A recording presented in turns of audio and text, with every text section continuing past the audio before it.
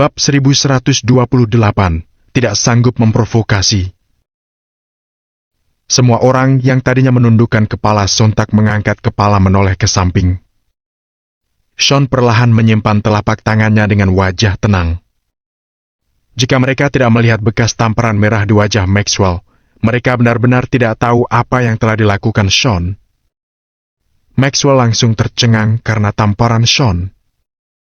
Selama ini dia berlagak sombong di depan teman-teman. Siapa yang berani membantah? Hari ini, ternyata ada orang yang menyerangnya. Tidak! Siapa kamu? Berani kamu memukulku? Maxwell belum selesai berbicara, Sean balik menamparnya lagi. Plak! Mendengar suara tamparan yang nyaring, tubuh semua orang dalam ruangan bergetar. Sakit tidak? Sean menatap Maxwell dan bertanya dengan tenang. Sakit. Maxwell menutupi wajahnya dan mengangguk secara refleks. Apa kamu bisa diam? Sean mengambil gelasnya dan bertanya lagi. Bisa. Maxwell tampak tertegun dan mengangguk lagi. Ayo kita makan. Sean mengiyakannya dan menyesap dari gelas anggurnya. Semua kejadian di depan mata membuat Catherine dan yang lainnya tercengang. Sean melakukan apa yang ingin mereka lakukan, tetapi tidak berani melakukannya. Hal yang terpenting adalah Maxwell terkejut di tempat dan belum menyadari apa yang terjadi. Keren sekali. Mata beberapa gadis di samping Catherine langsung berbinar. Tindakan Sean yang langsung menamparnya benar-benar membuat semua orang terasa lega. Tidak! Siapa kamu? Hingga saat ini, Maxwell masih belum sadar dan bangkit untuk mengambil botol anggur. Maxwell, makanan hari ini 520 juta. Jonathan segera bangkit dan mengulurkan tangan untuk menghalang Maxwell. Memang kenapa kalau 520 juta? 5 apa? 520 juta? Awalnya Maxwell tersenyum sinis, tetapi selanjutnya mata dia tiba-tiba terbelalak. Benar? 520 juta. Kak Sean yang membayarnya. Jonathan sedikit membungkukkan badan dan menunjuk pada Sean. Seret. Wajah Maxwell langsung pucat. Menghabiskan uang lebih dari 400 juta untuk mentraktir makan. Betapa kayanya orang ini? Apakah dirinya sanggup memprovokasi orang seperti ini? Tentu saja tidak bisa. Ini, botol ini lumayan cantik. Maxwell tersenyum canggung, lalu duduk diam. Selain itu, dia tidak berani berkata sombong lagi. Orang lainnya pada canggung, tetapi juga tidak membongkar Maxwell. Namun, hari ini mereka akan mengingat Sean dengan jelas. Selain itu, mereka juga mengerti satu hal, yakni Catherine bukan lagi Catherine yang sebelumnya. Kakak Sean sudah kembali dan kakak Sean ini sangat luar biasa. Beli ponsel seharga 42 juta dan makan seharga 600 juta. Apakah mungkin bercanda denganmu? Belasan teman sekelas pada bersulang untuk Sean. Juga ada orang yang berbisik di samping, ingin mengetahui pekerjaan Sean. Termasuk gadis-gadis itu yang ingin Sean mencarikan pekerjaan untuk mereka. Proses makan berlangsung dalam suasana yang sangat harmonis. Setelah kenyang, semua orang keluar dari ruangan dan bersedia pulang. Manajer hotel secara pribadi membawa lebih dari 20 karyawan untuk mengantar mereka pergi. Selain itu, juga memberikan hadiah kecil kepada mereka sebagai souvenir. Perasaan makan kali ini seperti menghadiri perjamuan kelas atas. Astaga, ternyata jam tangan wanita yang aku dambakan itu. Harganya jutaan. Souvenir ini mahal sekali. Aku pernah datang ke sini bersama temanku sebelumnya, tapi tidak mendapat hadiah apapun. Semua orang tercengang saat membuka hadiah di tangannya. Selanjutnya, mereka menyadari semua ini berkat penghormatan terhadap Sean. Jika tidak, mungkin sebiji permen pun tidak dapat. Kita sudah sering reuni. Hari ini adalah hari yang paling bahagia. Ya, berkelas tinggi, pelayanannya bagus dan suasananya juga kondusif. Belasan teman sekelas menghela napas berulang kali. Di masa lalu, dengan adanya orang-orang seperti Welly dan Maxwell, makan pun bukan sesuatu yang menyenangkan. Namun, hari ini Welly didominasi oleh Sean, sedangkan Maxwell ditampar hingga patuh. Mana ada orang yang berani lancang. Suasana di tempat itu sangatlah harmonis. Kak Sean, maafkan aku barusan. Wajah Maxwell memerah. Dia datang ke sisi Sean dan meminta maaf dengan suara rendah. Dia sekarang benar-benar mengalah pada Sean. Jadi, meskipun dia telah ditampar 2 kali oleh Sean, dia memilih untuk melupakannya. Bagaimanapun, jika dia bisa berteman dengan Sean, pasti akan mendapat banyak manfaat. Maxwell, kamu harus berterima kasih kepada Kak Sean, kan? Seorang gadis di sebelahnya berkata dengan sungguh-sungguh. Iya. Benar-benar harus berterima kasih. Terima kasih Kak Sean sudah membuat aku sadar. Dulu aku terlalu serakah akan harga diri. Maxwell mengangguk terus-menerus dan berkata dengan tulus. Karena dia menemukan bahwa ketika dia tidak lagi penuh dengan superioritas seperti sebelumnya dan bergaul dengan teman-teman sekelasnya sederajat. Teman-teman sekelasnya ini malah makin senang bergaul dengannya.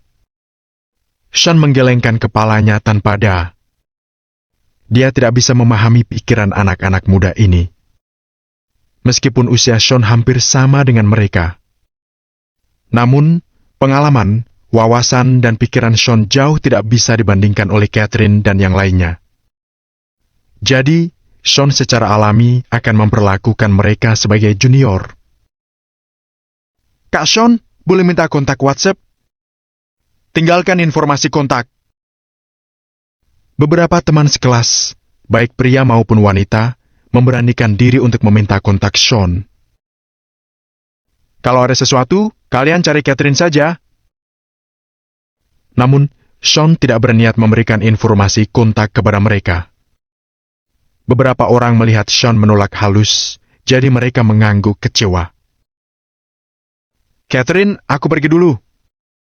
Aku hanya minta cuti setengah hari. Ada klien yang mau melihat rumah hari ini. Aku harus segera kembali. Seorang gadis melihat ponselnya, kemudian berkata kepada Catherine. Yoel, ambil waktumu saja. Kami juga harus pulang.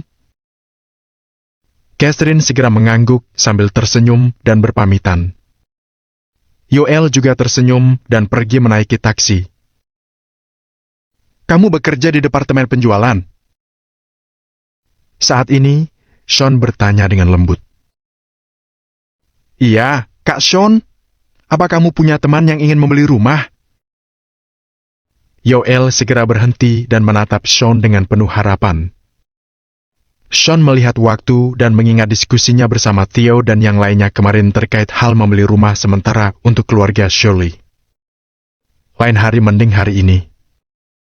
Kebetulan bisa menyelesaikan urusan ini hari ini. Bab 1129, tidak lupa impian awal. Bagaimana kalau kita pergi melihatnya? Sean berbalik menatap Catherine dan bertanya. Saat ini, Catherine sedikit bingung. Sean ingin membeli rumah? Sejak Sean kembali ke ibu kota selatan, pertama-tama mengirim persediaan dengan nilai hampir 400 juta ke panti asuhan. Kemudian, mengeluarkan 600 juta untuk biaya operasi Jin. Meskipun mengesampingkan biaya makan hari ini, Sean telah menghabiskan ratusan juta dalam beberapa hari terakhir. Sekarang, dia ingin pergi melihat rumah lagi. Dari mana dia mendapatkan begitu banyak uang? Apa prajurit sekarang memiliki biaya pensiun lebih dari miliaran? Ayo kita lihat. Apa ada yang kamu suka? Sean mengelus kepala Catherine dan berkata sambil tersenyum.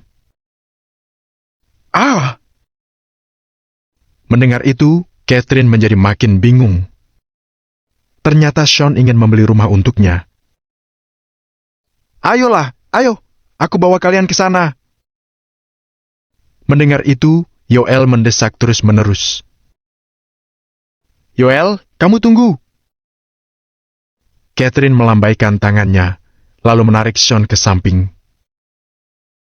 Kak, apa yang mau kamu lakukan? Catherine menatap Sean dan bertanya sambil mengerutkan kening. Usiamu sudah tidak muda lagi. Mungkin tidak lama lagi akan berkeluarga. Sebagai kakak, aku akan menghadiahkan rumah sebagai mahar untukmu. Sean tertegun sejenak, lalu menjelaskan sambil tersenyum. Aku tidak mau. Aku tidak mau menikah. Aku ingin membantu Ibu Lopez dan mengurus panti asuhan dengan baik. Catherine menggelengkan kepalanya dan menjawab dengan tatapan tegas. Gadis bodoh, Ibu Lopez tidak akan setuju. Akhir-akhir kamu tetap harus menikah dengan seseorang. Sean menghela napas ringan. Setiap orang pasti akan menikah. Catherine tidak mungkin tinggal di panti asuhan selamanya. Pokoknya aku tidak mau menikah. Saat mengatakan itu, Catherine mengerutkan bibir kecilnya dan matanya penuh dengan keluhan. Baik, ya sudahlah kalau begitu. Tapi tetap harus membeli rumah. Bukankah mereka semua berkata bahwa setiap wanita harus punya sebuah rumah sendiri sebagai pegangan? Sean mencubit wajah kecil Catherine dan berkata sambil tersenyum. Awalnya dia ingin menyediakan sebuah rumah untuk keluarga Shirley sementara waktu. Kebetulan Catherine juga pergi, sekalian memilih satu untuknya. Jika sekarang membeli rumah, setelah Catherine menikah nanti, rumah ini akan menjadi properti pranikah Catherine. Jika kelak Catherine ditindas keluarga suaminya, dia tidak akan menjadi tunawisma. Mereka adalah yatim piatu yang menjadi gelandangan sejak kecil dan diasuh oleh Melinda. Jadi, mereka lebih paham dari siapapun mengenai betapa tidak nyamannya menjadi tunawisma dan hidup seperti gelandangan. Sean tidak ingin Catherine mengalami rasa sakit seperti itu setelah dia dewasa. Di sisi lain, cepat atau lambat Sean harus meninggalkan ibu kota selatan. Tidak mungkin melindungi mereka seumur hidup di sini. Jadi, selagi masih di ibu kota selatan, Sean ingin mengatur beberapa jalan belakang untuk Melinda dan keluarganya semampu mungkin. Agar tidak menyia-nyiakan budi baik Melinda yang telah membesarkan mereka selama beberapa tahun. Aku tidak mau. Kak, kamu baru saja kembali sekarang. Pasti kakak memiliki karier tersendiri. Meskipun kamu punya uang, juga harus menyimpannya untuk dirimu sendiri. Tidak boleh menghabiskan semuanya untuk kami. Catherine mendongak dan menatap Sean dengan tatapan yang sangat serius. Jangan khawatir, aku punya uang. Ini, dengarkan, kamu terima saja. Sean mengelus bagian belakang kepala Catherine dan berkata dengan lembut. Hati Catherine merasa sangat tersentuh. Dia masih ingat bahwa ketika dia masih kecil, dia mengikuti Sean pergi mengumpulkan botol air kosong untuk dijual. Uang yang Sean dapatkan dipakai untuk membelikan Catherine es loli, sisanya semua diberikan kepada Melinda. Namun, dia sendiri malah tidak tega membeli makanan. Saat itu, Sean memanjakan Catherine bagaikan adik kandungnya. Setelah 13 tahun, Sean tetap menyayanginya. Meskipun belasan tahun berlalu, hubungan antara mereka berdua tidak memudar. Sebaliknya, malah seperti anggur yang sudah tua, menjadi lebih beraroma. Catherine tidak dapat berhenti berpikir bahwa mungkin kata-kata tidak melupakan impian awal sangat cocok untuk mereka berdua. Kalau kamu tidak menurut, aku akan benar-benar marah. Sean sengaja bermuka masam saat berkata pada Catherine. Aku turuti. Catherine turuti. Tapi nanti kamu harus beli es loli untukku. Catherine segera mengangguk dan mengajukan syarat kepada Sean. Boleh beli 2? Sean tersenyum dan langsung menyetujuinya. Ayo pergi. Aku akan mengantar kalian ke sana. Sean melambaikan tangannya pada Yoel, kemudian mereka bertiga masuk ke mobil bersama. Departemen penjualan perusahaan properti Lakeside. Disinilah tempat Yoel bekerja.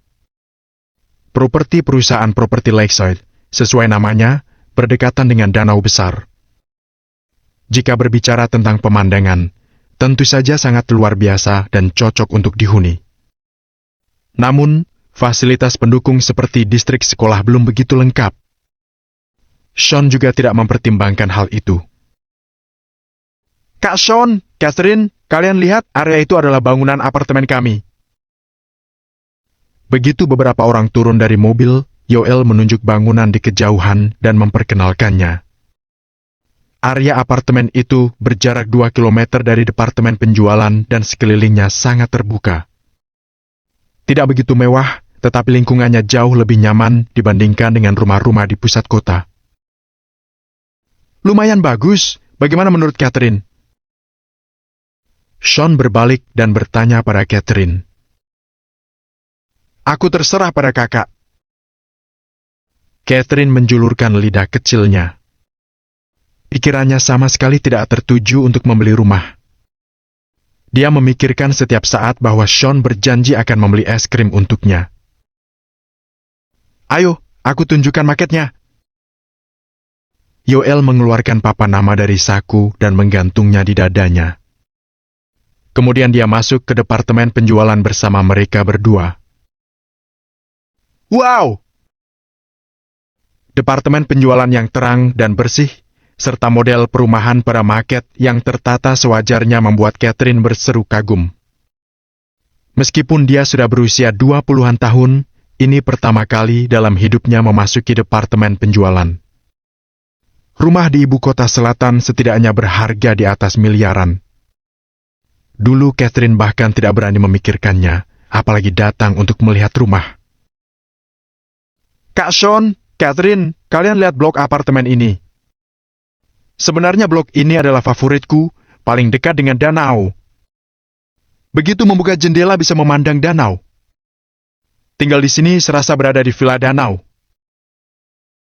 Yoel memegang sebuah penunjuk laser dan berdiri di depan maket sambil menjelaskan kepada Sean dan Catherine. Konsultan penjualan lain di departemen penjualan hanya melirik mereka sekilas. Pertama-tama, mereka memang tamu yang dibawa Yoel. Tiada hubungannya dengan mereka. Kedua, melihat penampilan Catherine dan Sean sepertinya tidak mampu membeli rumah, jadi mereka pun tidak tertarik.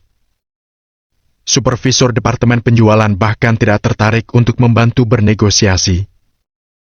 Namun, Yoel tidak berpikir untuk meminta atasannya datang membantu. Dia dan Catherine adalah teman yang sangat dekat.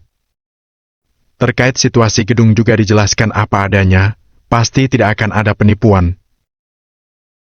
Catherine, menurutmu lantai ini bagaimana? Lantai ini terhindar lantai mekanik, lantai saluran baja, dan lantai garis motif bangunan. Pemandangannya juga sangat luas. Setelah Yoel selesai menjelaskan, dia mulai memberi rekomendasi. Bab 1130, sangat berkuasa? Ah! Apa? Lantai mekanik apa? Wajah Catherine tampak bingung ketika mendengar itu. Dia sama sekali tidak mengerti artinya. Lantai saluran baja artinya akan melubangi dinding luar, kelak mungkin ada rembesan air. Tapi, teknologi konstruksi saat ini sangat baik, sehingga dapat menghindari masalah ini. Lantai mekanik digunakan untuk menyimpan mesin-mesin yang dibutuhkan untuk gedung. Ada kebisingan. Selain itu, lantai garis motif adalah garis dekoratif sebuah bangunan yang akan memengaruhi pencahayaan. Yoel menjelaskan kepada Catherine sedikit demi sedikit dengan sabar. Oh. Catherine mengangguk dengan bingung. Kalau begitu, apa aku boleh memilih lantai 1? Seiring bertambahnya usia, kelak akan sulit bagi Ibu Lopez untuk naik tangga. Catherine berpikir sejenak, lalu berkata dengan lembut. Ini? Yoel tertegun sejenak, kemudian menatap Sean. Rumah ini milikmu. Saat Ibu Lopez tua nanti, aku akan ganti dengan villa untuk kalian. Sean tersenyum dan berkata pada Catherine. PVFT? Mendengar kata-kata Sean, Catherine belum menjawab, tetapi seorang konsultan penjualan di sampingnya tidak bisa menahan tawa. Mengatakan villa dengan begitu mudah, dia pikir membeli villa seperti membeli sayur. Namun, dia juga tidak banyak bicara. Dia hanya menggelengkan kepala untuk menunjukkan penghinaannya. Bagaimanapun, departemen penjualan tidak pernah kekurangan pembual. Aku ambil yang ini saja. Arah utara dan selatan transparan, cukup bagus. Ada 2 unit masing-masing di sisi timur dan barat, kita beli 1 dulu. Sean tengah bicara, tetap saja tidak membeli 2 unit sekaligus. Meskipun begitu, Yoel sudah sangat bersemangat. Dia tidak menyangka Sean begitu lugas. Baik. Aku mengambil kontraknya sekarang. Yoel sangat senang dan berbalik pergi. Ini berapa harganya? Catherine segera menarik Yoel dan bertanya dengan suara rendah. Unit ini, kalau membayar tunai, biayanya sekitar 4 miliar. Yoel menghitung secara sekilas dan menyebutkan harganya. Apa? 4 miliar? Catherine terkejut lagi. Harga itu terasa setinggi langit baginya. 4 miliar. Sean pasti tidak sanggup membelinya. Begitu mahal. Bagaimanapun, Sean hanya menjadi prajurit selama beberapa tahun ini, bukan menjadi bos. Bagaimana dia bisa memiliki uang 4 miliar? Kak Sean, jangan membelinya. Catherine segera berbalik dan menatap Sean dengan serius. Beli saja. Sean sangat tegas. Yoel, kami tidak jadi membelinya. Kami tidak punya uang sebanyak itu. Catherine langsung mengabaikan Sean dan berbalik untuk menatap Yoel. Catherine, kamu selalu bercanda. Siapa yang bisa mengeluarkan uang sebanyak itu sekaligus? Membeli rumah pada dasarnya harus mencicil. Untuk uang mukanya, hanya beberapa ratusan juta saja. Kalian coba pertimbangkan saja. Kita adalah teman. Aku tidak akan bersikap curang padamu. Yoel tersenyum ketika mendengar itu. Dia tidak pernah berpikir bahwa Sean akan mengeluarkan uang tunai miliaran untuk membeli rumah. Ratusan juta juga terlalu mahal, tidak jadi. Catherine menggelengkan kepalanya lagi. Makin dipikirkan, dia merasa makin enggan. Namun, penampilannya menjadi lelucon di mata beberapa konsultan penjualan di sampingnya. Mau membantah? Sean menatap Catherine dengan wajah tegas. Ini? Kalau begitu kita akan membayar uang mukanya. Aku akan membayar cicilannya kelak. Kelak setelah mendapat pekerjaan, aku sendiri akan melunasinya. Boleh atau tidak? Kalau tidak aku pergi sekarang. Catherine memandang Sean dan berkata dengan serius. Dia benar-benar tidak ingin membiarkan Sean menghabiskan terlalu banyak uang untuknya. Paling hanya menyuruh Sean bantu membayar uang muka, kemudian dia sendiri akan bekerja untuk melunasi cicilan setiap bulan. Sean dan Catherine saling memandang selama beberapa detik. Pada akhirnya, mereka terpaksa berkompromi. Bagus juga kalau begitu, biar Catherine memiliki motivasi kerja. Baiklah, sesuai keinginanmu. siapkan kontraknya. Sean mengangguk ringan dan menatap Yoel. Baik. Yoel segera mengiyakannya dan pergi untuk mencetak kontrak. Sean berdua duduk menunggu di sofa sebelah mereka. Kak, kenapa kamu begitu baik padaku? Catherine duduk di samping Sean dan tiba-tiba bertanya. Sebenarnya, bagi anak seperti Catherine yang telah ditinggalkan sejak kecil, dia jarang mendapat cinta yang tulus. Melinda adalah salah satunya, tetapi Melinda hanya berperan sebagai orang tua. Dalam kehidupan Catherine, tidak mungkin hanya memiliki peran seorang ibu. Jadi, kebaikan Sean kepada Catherine menjadi makin berharga. Catherine juga sangat tersentuh. Karena aku adalah kakakmu. Jangan banyak pikiran. Sean menggelengkan kepalanya. Berdasarkan kekayaan yang dimilikinya sekarang, dia sama sekali tidak peduli dengan uang itu. Sean merasa itu sepadan bisa berbuat lebih banyak untuk Melinda dan yang lainnya. Dengan segera, Yoel mengambil kontrak dan datang ke tempat istirahat. Di belakangnya diikuti seorang wanita berusia sekitar 30 tahun. Baik itu sikapnya atau gaya berjalan, wanita ini terkesan sangat sombong. Seolah-olah dia adalah pemilik departemen penjualan. Kak Sean, ini Nona Lin dari perusahaan kami yang bertanggung jawab untuk berinteraksi dengan pengurus hipotek. Nanti dia akan memberitahu kalian dokumen apa saja yang perlu kalian siapkan untuk pembayaran cicilan. Yoel memperkenalkan kepada Sean dengan muka tersenyum. Pengurus hipotek sebenarnya adalah staf bank yang bertugas mengurus pinjaman nasabah. Nyatanya, posisi ini memang memiliki kekuasaan besar. Pelanggan yang ingin mengajukan cicilan KPR, apakah pinjaman bisa disetujui dan apakah bisa membeli rumah, tergantung dari suasana hati mereka. Meskipun mereka bukan orang yang bertanggung jawab atas tinjauan pinjaman akhir. Namun, jika mereka tidak senang, mereka akan menolak pada tinjauan data awal. Wanita yang disebut Nona Lin oleh Yoel ini, secara khusus bertugas untuk berkolaborasi dengan pengurus hipotek. Yoel, termasuk konsultan penjualan lainnya, tidak berani berbicara keras di depannya. Kalian, keluarkan informasi kredit pribadi. Selain itu, aku butuh salinan bukti penghasilan kalian. Siapa yang membeli rumah, berikan bukti pemasukannya, daftar informasi kredit, serta aliran bank selama setengah tahun terakhir. Nona Lin duduk dan langsung berkata kepada Sean. Bukti kredit? Catherine sedikit tercengang lagi. Tidak apa-apa. Sean menepuk Catherine dengan maksud tidak perlu khawatir. Untuk bukti pendapatan. Sampai di sini, Catherine sedikit bungkam. Dia mana ada bukti penghasilan? Sejak meninggalkan sekolah, dia hanya bekerja di panti asuhan.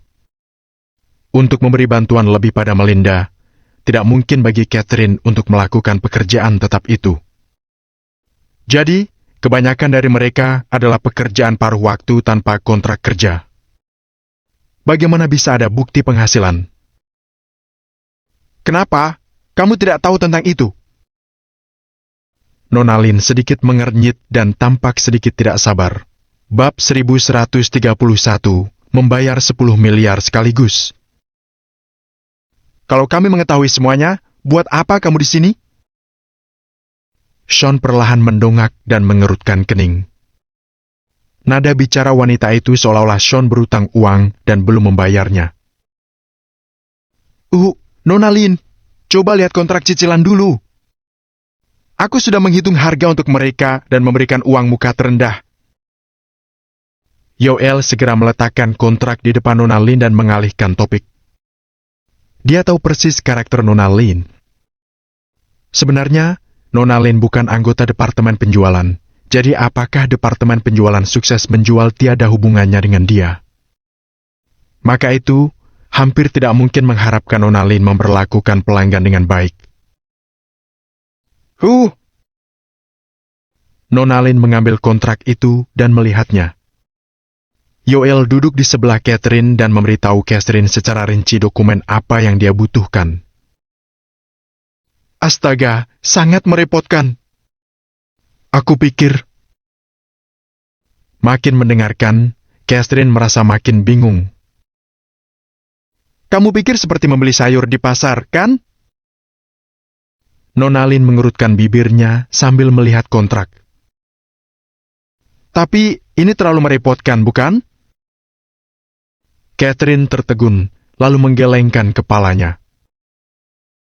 Cicilan KPR memang merepotkan. Membayar tunai juga harus punya kemampuan. Nona Lin mengerutkan bibirnya lagi dan menjawabnya. Seret. Mendengar itu, wajah Catherine merona merah. Sejak kecil hingga dewasa, dia sering menghadapi situasi yang memalukan seperti ini karena alasan finansial. Namun, kamu tidak akan kebal terhadap beberapa hal, tidak peduli berapa kali mengalaminya. Awalnya, Catherine berpikir bahwa setelah Sean kembali, kelak Sean dapat mendukungnya. Namun, tidak sangka dia akan menghadapi situasi memalukan seperti ini lagi hari ini. Namun, dia tidak akan menyalahkan Sean. Bagaimanapun, itu uang tunai 4 miliar, bukan 4 juta. Lihat, tunai tidak merepotkan, tapi kamu malah diam. Nona Lin melihat Catherine bungkam dan segera menjadi lebih bangga. Berikan aku kontraknya. Saat ini, sebuah telapak tangan menyambar kontrak dari Nona Lin. Seret. Tidak menunggu Nona Lin bereaksi, kontrak itu langsung disobek menjadi 2. Seret. Semua orang di departemen penjualan, baik itu konsultan penjualan maupun pelanggan, semuanya memandang ke sana dengan sangat terkejut. Apa yang kamu lakukan? Nona Lin tiba-tiba mendongak dan menatap Sean dengan tidak puas. Kami bayar tunai. Yoel, tolong cetak ulang kontrak pembayaran tunai. Sean merobek kontrak di tangannya lagi dan membuangnya ke tempat sampah. Ah! Yoel tiba-tiba melebarkan matanya dan menatap Sean dengan sedikit tidak percaya. Catherine juga tiba-tiba mengangkat kepala dengan wajah yang penuh kebingungan. Apa kamu benar-benar mau membayar tunai? Yakin sanggup? Melihat penampilan mereka, tidak seperti orang yang mampu membayar miliaran sekaligus. Aku rasa mereka berpura-pura.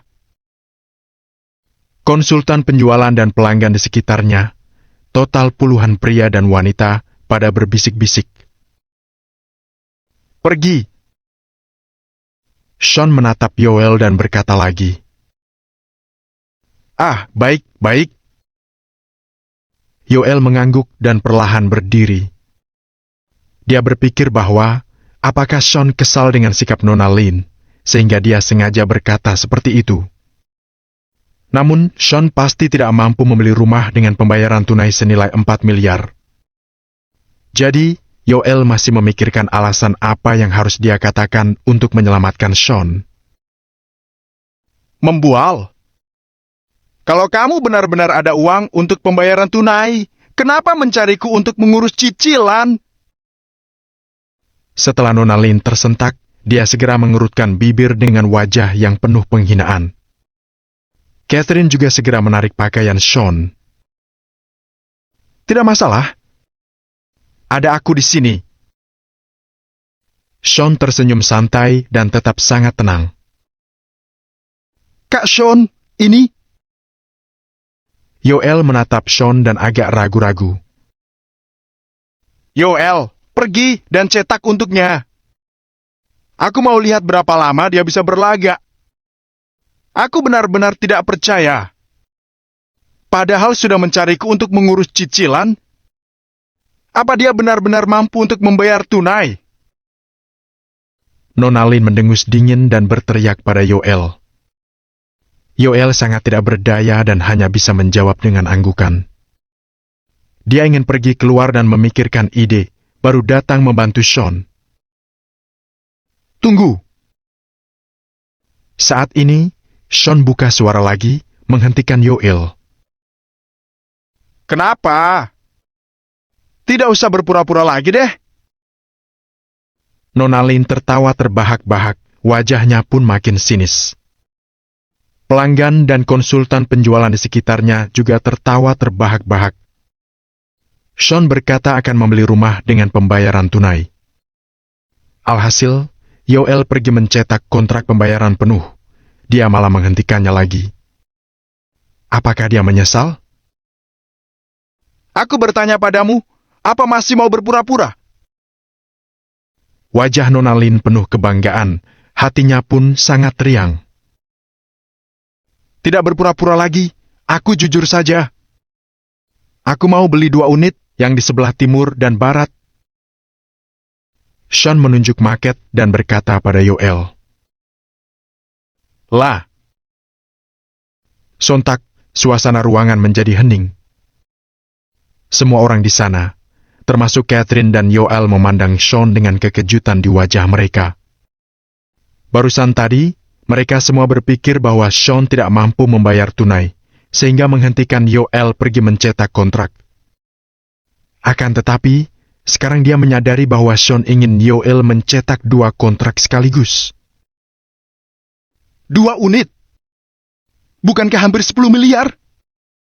Apa kamu bercanda? Punya uang sebanyak itu untuk membeli rumah di sini? Mungkin dia justru menyukai pemandangan di sini yang bagus. Intinya adalah melihat pakaian mereka tidak seperti orang yang mampu membayar 10 miliar. Konsultan penjualan dan pelanggan di sekitarnya pada tidak tahan berbisik. Nona Lin tertegun lebih dari 10 detik, lalu mengerutkan kening dan menatap Sean dengan cermat. Berdasarkan pengalamannya yang telah melihat sekian banyak orang kaya, Sean tidak terlihat seperti seseorang yang mampu mengeluarkan uang sebanyak 10 miliar. Sampai sekarang masih juga berpura-pura. Nona Lin mengerutkan kening dan menatap Sean sambil bertanya padanya. Di sisi lain, Sean sama sekali tidak berminat untuk berbicara dengannya. Dia hanya mengedipkan mata pada Yoel. Boleh. Pergi dan cetak untuknya. Aku tunggu di sini. Lihat dia bisa berpura-pura sampai kapan. Kalau dia bisa membeli 2 unit dengan pembayaran tunai hari ini, aku akan memanggilnya ayah. Nona Lin segera menyilangkan kakinya. Stoking hitam yang seharusnya memicu bentuk kaki yang indah malah tidak menemukan perasaan estetika di kakinya. Sebaliknya, terlihat sangat kembung. Yoel tidak berdaya dan hanya bisa mencetak 2 kontrak dengan segera. Di sisi lain, Nona Lin pun menyuruh orang membawa mesin penggesek mini untuk menggesek kartu saat itu juga. Harga total kedua unit 10 miliar. Meskipun begitu, kami akan memberimu diskon untuk pembayaran tunai. Harga pas 10 miliar. Ayo, gesek kartunya, kamu bisa menandatanganinya setelah selesai gesek. Nona Lin meletakkan mesin penggesek mini di depan Sean. 2 rumah dan 4 rangkap kontrak jual beli rumah dengan pembayaran tunai juga terletak di depan Catherine. Sean langsung mengeluarkan kartu banknya tanpa ragu. Setelah menunggu Yoel memasukkan nominalnya, Sean segera memasukkan kata sandinya. Pada saat ini, semua orang menahan napas dan menatap mesin kartu mini dengan mata lebar. Tidak ada yang berani mengatakan apakah transaksi gagal atau berhasil. Namun, kebanyakan orang merasa bahwa Sean berpura-pura kaya. Mungkin nanti, dia akan mencari alasan bahwa dia tidak membawa uang sebanyak itu saat keluar hari ini, kan? Tit! Terdengar suara bip. Kemudian, mesin penggesek mini itu mencetak sebuah resi. Ini? Sontak, mata semua orang melebar. Ini adalah tanda terima yang hanya akan keluar setelah pemotongan berhasil. Bukankah itu berarti Sean benar-benar menggesek kartu dengan 10 miliar dan membeli 2 unit rumah secara tunai?